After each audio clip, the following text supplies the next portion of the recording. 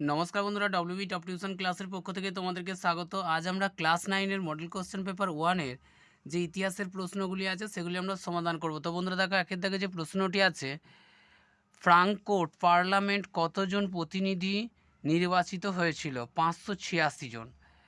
উষ্ণ জলনীতি গ্রহণ করেছিল রাশিয়া। মুক্তির ঘোষণাপত্র জারি হয় কত খ্রিস্টাব্দে? 1861 খ্রিস্টাব্দে 19শে ফেব্রুয়ারি। কার্লসবার্গ ডিগ্রি জারি করা হয় 1819 খ্রিস্টাব্দে। উন্নত মানের কাপড় বোনার যন্ত্রের নাম হলো উড়ন্ত মাকু। পরে যে প্রশ্নটি আছে দেখো, প্যারি কমিউন গড়ে ওঠে ফ্রান্সে। সুয়েজ খাল খনন কার্য শেষ হয় 1869 খ্রিস্টাব্দে। ব্ল্যাক হ্যান্ড নামে সন্ত্রাসবাদী সংস্থাটি ছিল সার্বিয়ায়।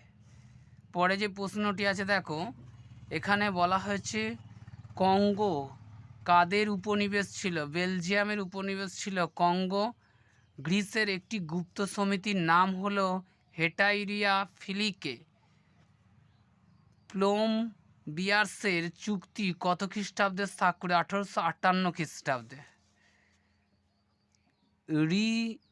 ইন্স্যুরেন্স চুক্তি স্বাক্ষরিত হয়েছিল জার্মান ও রাশিয়ার মধ্যে, এটি সত্য হবে। 3 সম্রাটের চুক্তিভুক্ত দেশগুলি ছিল জার্মানি, ফ্রান্স, অস্ট্রিয়া। এটা মিথ্যা হবে, কারণ জার্মানি, রাশিয়া ও অস্ট্রিয়া হবে। এখানে ফ্রান্স হবে না, রাশিয়া হবে। পরে যে প্রশ্নটি আছে দেখো, সেডানের যুদ্ধ শেষ হয় প্রাগের সন্ধির মধ্য দিয়ে। এটা মিথ্যা হবে, ফ্রাঙ্কফুর্টের সন্ধির মধ্য দিয়ে। প্রথম বিবৃতি দেওয়া আছে, প্রথম বিশ্বযুদ্ধ ছিল এক সর্বাত্মক যুদ্ধ।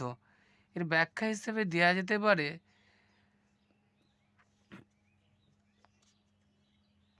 প্রথম বিশ্বযুদ্ধ জল, স্থল ও আকাশে পরিব্যাপ্ত হয়। 2 নম্বরে আছে, লেনিন 1921 খ্রিস্টাব্দে নতুন অর্থনীতি ঘোষণা করেন। অর্থনৈতিক ও রাজনৈতিক বিপর্যয় থেকে দেশকে উদ্ধার করে দেশের অর্থনীতিকে শক্তিশালী করতে চেয়েছিলেন। এবার আমরা মডেল কোশ্চেন পেপার 2-এর যে 1 নম্বরের প্রশ্নগুলি আছে সেগুলি আমরা দেখে নেব। একের দাগের প্রশ্নে আছে, ভিয়েনা সম্মেলন অনুষ্ঠিত হয়েছিল 1815 খ্রিস্টাব্দে। মিটারনিখ প্রধানমন্ত্রী ছিলেন অস্ট্রিয়ার। ইয়ং ইটালি বা নব্য ইটালি দল গড়ে তুলেছিলেন জোসেফ মাৎসিনি। শিল্প বিপ্লব কথাটি সর্বপ্রথম ব্যবহার করেন লুই অগাস্তে ব্ল্যাঙ্কি। শিল্প বিপ্লব সর্বপ্রথম শুরু হয় ইংল্যান্ডে। ওয়াটার ফ্রেম আবিষ্কার করেন রিচার্ড আর্করাইট। এপ্রিল থিসিসের প্রবক্তা হলেন লেনিন। মেইন ক্যাম্পের রচয়িতা হলেন হিটলার। পরে যে প্রশ্নটি আছে দেখো, খ বিভাগ থেকে, জুলাই বিপ্লবের মধ্য দিয়ে কে ফ্রান্সের সিংহাসনে বসেন? Luis Philip. দ্য ক্যাপিটাল গ্রন্থের রচয়িতা কে? Karl Marx. সোভিয়েত পার্লামেন্টের নাম কি? ডুমা। পরে দেখো, হেটাইরিয়া ফিলিকে গ্রিসের একটি গুপ্ত সমিতি। সত্য। শিল্প বিপ্লবের ফলে নতুন শহর গড়ে ওঠে, এটিও সত্য হবে। মার্কিন যুক্তরাষ্ট্রে উড্রো উইলসন 14 দফার নীতি ঘোষণা করেছিলেন, এটিও সত্য হবে।